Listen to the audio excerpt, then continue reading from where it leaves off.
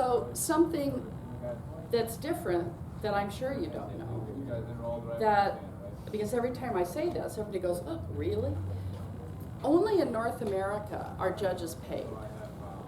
Now, as a senior judge, as an FEI judge, I get paid $550 a day, okay? It's for 8 hours work. If I were giving a clinic, I could triple that. So, as you see, judging is not really super lucrative as far as a great career choice to make a whole lot of money.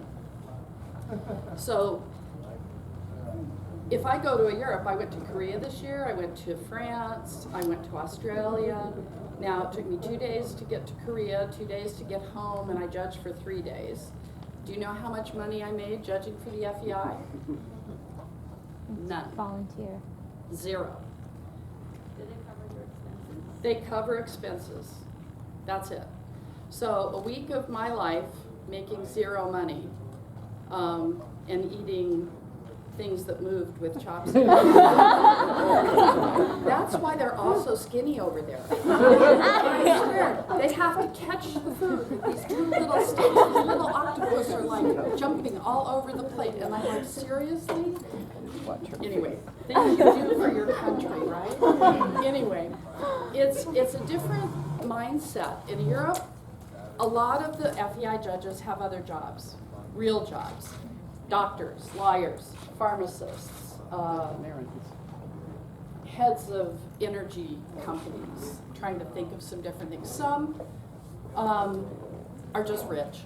I mean, they have several castles, and so money is no object for them. But in this country, we do have what we call more professional judges. But the point I'm trying to make is, and this would be Gary's point, I'm sure, if he was standing here. After an Olympic Games, after a World Games, the press really is only critical about the judging.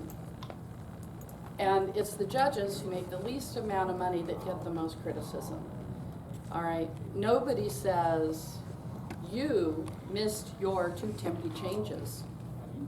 Therefore, you're a bad person. And London trained you to do those 2 tempi changes. And London, your training obviously is rotten. And the horse, I mean, let's send it to France and eat it for dinner. So you don't see that sort of reaction from the press when something bad happens and that rider makes a mistake, all right? The judge has to sit there. If you think about a Grand Prix test, it has 35 marks and you do 45 tests a day. So that's a lot of marks. And I'm here to tell you that to have that much concentration for 8 hours, we're human. Will we make a mistake? You betcha. I've had a couple like, oh my God, how did I come up with that score? But you know what? At the end of the day, my other 4 colleagues sitting out there saved my butt. So you could throw out the high score, throw out the low score, and it's still going to all come out the same. That's really not going to change anything, except maybe the high score was the right one, or sometimes maybe the low score. I mean, if you look at Katrina Wust, the German judge at WAG, was the lowest score for totalists. Mm-hmm. And she's German, you know, so if what they say about judges are true, that you always pump up your own country, well, obviously that didn't work for Germany so well.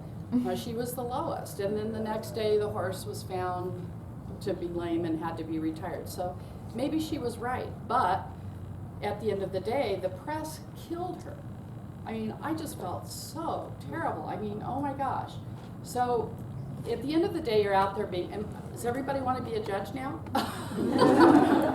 No, but you see what we're working against.